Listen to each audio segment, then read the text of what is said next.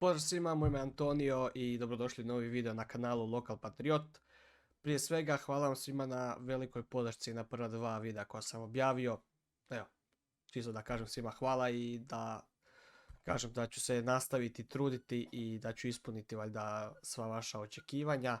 A ono o čemu danas pričamo, s obzirom da je petak, u nedjelju nam je utakmica protiv Hajduka.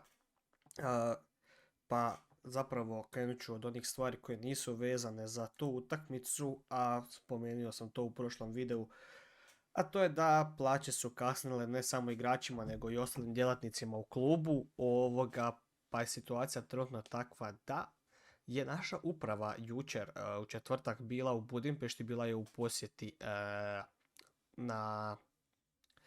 bila je u posjeti kod našeg vlasnika, odnosno glavnog sponzora kluba Lorinca Mesaroša, koji je prema informacijama koje smo dobili, koje su puštene u javnost, on je osigurao financijska sredstva za klub, odnosno nove uplate su sjele, tako da bi uskoro svi igrači, djelatnici kluba trebali ili su već dobili isplate zaostalih plaća.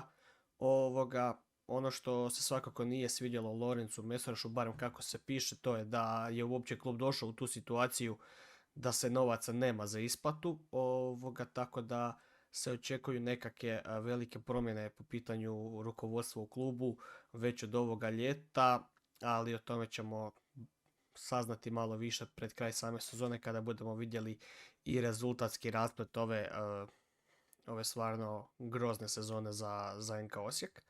Tako da nadam se da su ti natpisi točni i da ćemo se uskoro riješiti rukovodeće trojke koji vode naš klub u ovu sjajnu presvjetlu budućnost predivnu.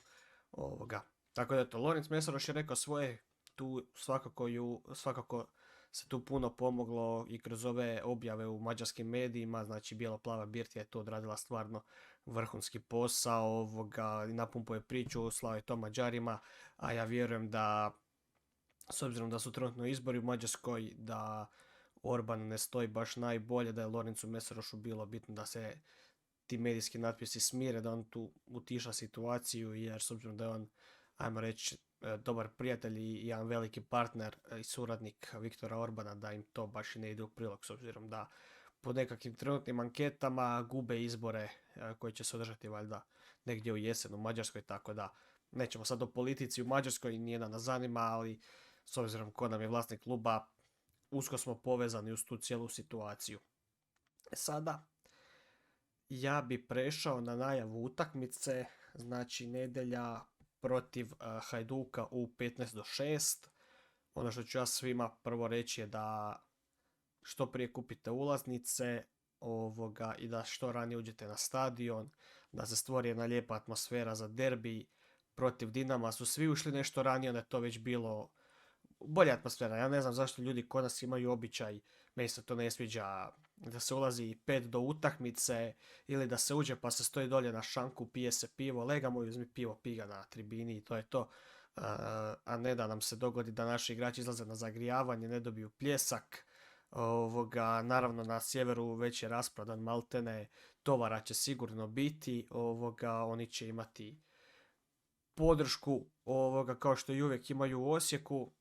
Ko nam krišto, mi nismo rasprodali svoj stadion, tako da sigurno će on imati dobru podršku. Nama je da mi napravimo da to ipak bude domaćinska atmosfera za naše igrače i da stvarno izborimo pobjedu koja nam je prijeko potrebna, s obzirom da smo trenutno iza Vukovara.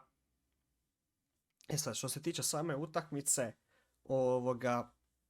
igrači bi nam svi trebali biti spremni, osim onih koji su duže vremena ozlijeđeni. Pod tu mislim da će i Jakupović biti spreman za igru, nije se realizirao transfer, odnosno kako su rekli na presici, ponuda uopće nije došla za njega, znači to su bili samo medijski natpisi, ili su možda bili neki pregovori, ali bez one službene ponude iz Rumunjske, tako da FCSB, bivša Steaua, jel se tako kaže, prošli put sam rekao Statua, ljudi su me razapeli u komentarima, znači Steaua ili Staua, kako se već kaže, taj rumunjski klub koji više ne postoji, znači FCSB, na kraju nije poslao nikakvu službenu ponudu, tako da barem za sada Jakupović je u Osijeku i spreman je za utakmicu. Isto tako Jelenić je spreman, on je odslužio kaznu, a u postavi, odnosno u konkurenciji bi trebao biti Kolarik, barem je tako rekao Sopić. Ono što se tiče Hajduka, kod njih su manje više svi spremni, osim Ivušića i Durdova koji su već duže vrijeme odsutni, a pod upitnikom jedino je Šego, tako da vidjet ćemo kako će to konačno izgledati na terenu. Kod nas moglo bi biti promjena u sastavu, ja bi iskreno, što se tiče našeg sastava, svakako vratio Malenicu na gol, a u napad bi gurnio da mi igra Jakupović, onda bi vidio eventualno ili Matkovića na krilo umjesto Omerovića, ili bi ostavio ipak Omerovića pa Matković s klupe. Ne znam na koji bi od te dvije kombinacije išao, ali u svakom slučaju u špicu bi gurnio Jakupovića. Po meni Matković ima dovoljno prilika, nije ništa napravio, pa možda s nekom promjenom, pa možda ulaskom iz klupe može puno više doprinijeti ekipi nego ovako od prve minute. Pogotovo imaju dugu ozljedu, možda on još nije ni ono na 100% da može dirati svih 90-70 minuta, nije bitno, pa ga možda bolje uvesti svježak tamo negdje u 65. 70. pa nek onda napravi neku razliku.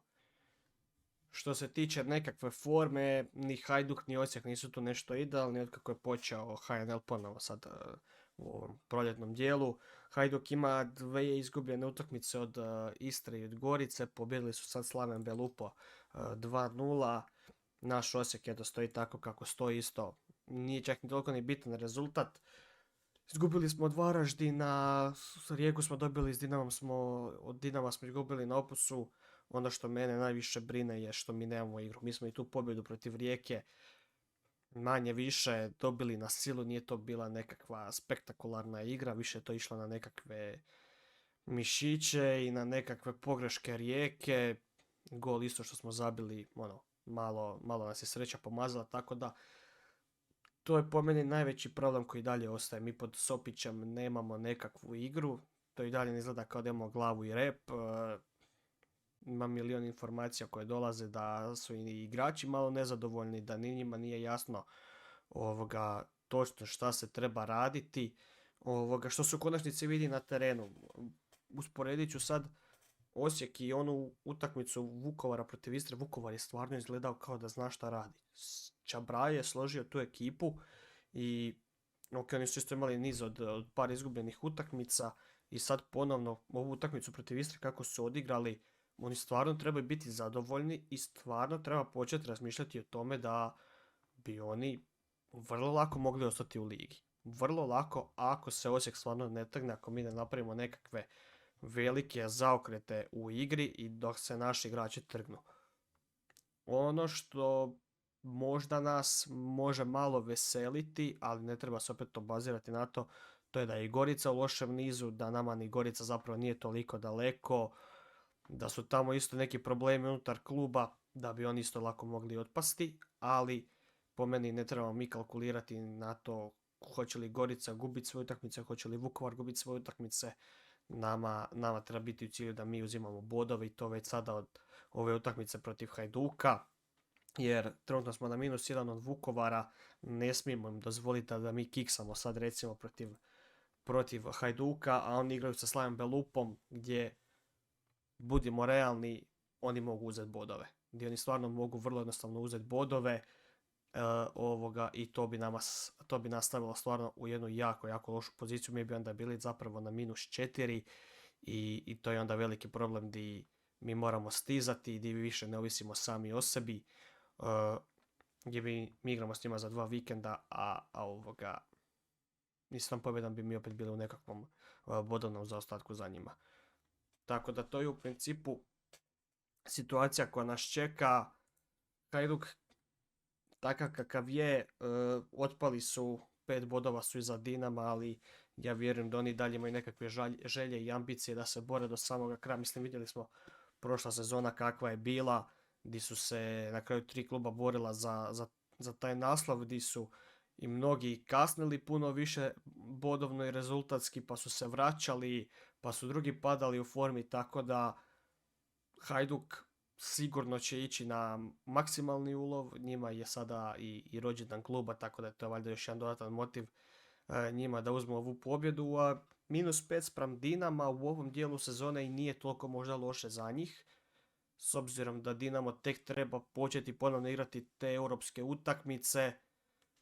Hajduku je valjda u cilju da oni ostanu tamo što duže malo da se umore, da imaju taj dvostruki raspored svakoga tjedna, pa tu bi možda Hajduk mogao malo profitirati, uzeti koji bod više.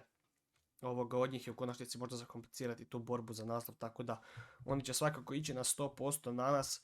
Sad je samo pitanje koliko je Sopić uspio složiti tu ekipu, hoće li biti promjena u samom sastavu. Po meni ih treba biti, znači rekao sam Malenica obavezno mora biti na golu i moramo staviti Jakupovića u špicu, pa eventualno kombinirati Mačković ili Milić. Ni jedan ni drugi mi u ovom proljetnom dijelu nisu sjeli, ne sviđa mi se šta rade na terenu, odnosno ne rade ali evo, nadam se da će se naći nekakav šema i rezultat s onime s čime možemo igrati u ovom dijelu. Ono što također bi nam trebalo u ovoj utakmici, s obzirom da oni imaju sasvim solidan vezni red, nama treba igrač koji će napraviti pomutnju u tom njihovom veznom redu, treba nam neko ko će trčati, ko će grist i treba nama jedan dobar igrač koji će to sve razigrati, tako da bez Vrbančića to je sve jako teško, nama stvarno fali jedan igrač koji zna uzeti loptu i dignuti glavu, pogledati situaciju, razigrati to. To smo imali u Dantašu recimo prošle sezone, nekada ranije u Nejašmiću. Teklić bi to možda mogao odrađivati, za sad nije, ali ko zna, derbi su uvijek nekako malo izolirane utakmice, uvijek se tu daje puno više, ja ne sumnjam da su i igračima stavljene nekakve dodatne klauzule ugovora za pobjede protiv Dinama i Hajduka gdje su i novci u igri, tako da ako ne zbog rezultata, igrat će zbog para, što se kaže, tako da nadam se čvrstoj utakmici, da ćemo igrati kompaktno, da će to izgledati na nešto, pa ćemo vidjeti. Po meni Hajduk nije nepobjedljiv, možemo, pogotovo ako to bude stvarno malo nekog smisla, jer naši igrači individualno nisu loši. Problem je samo što ne djeluju mi na terenu kao ekipa i ne djeluje mi da imaju, što svi spominju, te nekakve automatizme i da imaju jednostavno ideju kad što napraviti u kojem trenutku. Kad izlazi, ne znam, Akere izađe, Karačić će pokriti, ili ako je Karačić izašao visoko da će se Akere spustiti za njega. Prilaženje, okretanje strane, znači sve je to nekako usporeno i nedorečeno i to se treba raditi. Sad, jel se to stiglo od Varaždina do Hajduka, naprijed sumnjam, ali mislim da su se neki pomaci opet trebali i morali napraviti do sada, jer ako mi ne uzmemo, a ja bih rekao barem bod, ali i to je malo u ovoj situaciji gdje nama sad otkucava, ja stvarno ne vidim razlog zašto bi Sopić dalje ostao na klupi Osijeka. Nemam ništa protiv njega osobno, samo što jednostavno ne ide ti.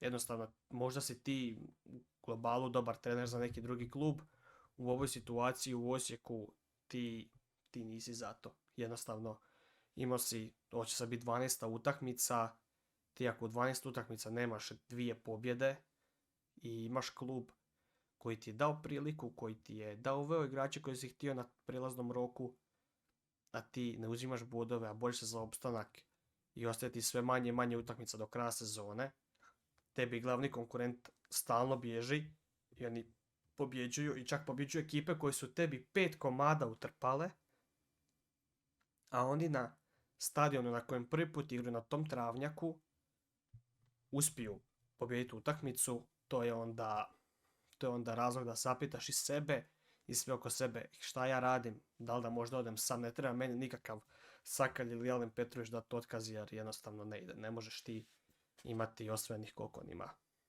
I dalje smo na onih 0,75 bodova po utakmici, što je apsurdno, to ima i Borimir Perković, neću se vraćati ponovno na tu situaciju. Znači, po meni ova utakmica sa Hajdukom je stvarno biti ili ne biti za Sopića i Ja, ako on, mislim, ja bih stvarno volio da on pobjedi, ne ono, nego mi da pobjedimo, nam trebaju ti bodovi, ali na drugu ruku ne bi bio ni toliko razočaran da izgubimo, a da on dobije otkaz.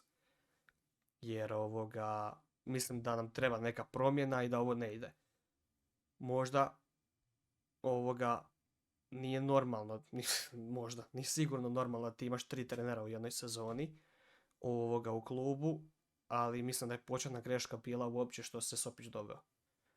Rožman nije bio na razini, ali svakako je bio puno bolji i možda mu se mogla dati ta šansa barem do zime, pa bi se vidjelo što bi se dogodilo. Možda bi se barem u kupu prošlo dalje, pa bi nam to dalo nekakvu nadu da sezona završi u nekakvom donekle pozitivnom ozračju, pogotovo kad se finale kupa igra evo, tu na 500 metara od mene, znači to je ono, teško će mi pas da gledam finale kupa a da to nije moj Osijek na Upus Areni. Znači, ili se moglo dati šansa Rožmanu, ili se trebalo potražiti nekakvo bolje rješenje. Ti si išao krpat sa Sopićem jer, eto, spasio je bio Goricu jednom od ispadanja. Meni ne treba trener koji je napravio jednom takvu situaciju. Meni treba trener koji je trener. Znači, ja vjerujem da postoje treneri koji nikad nisu bili u borbi za opstanak. Nikad nisu bili u toj situaciji. I mogli su doći u Osijek. Zašto? Trener koji je u borbi za opstanak možda se i sam doveo u tu borbu za opstanak.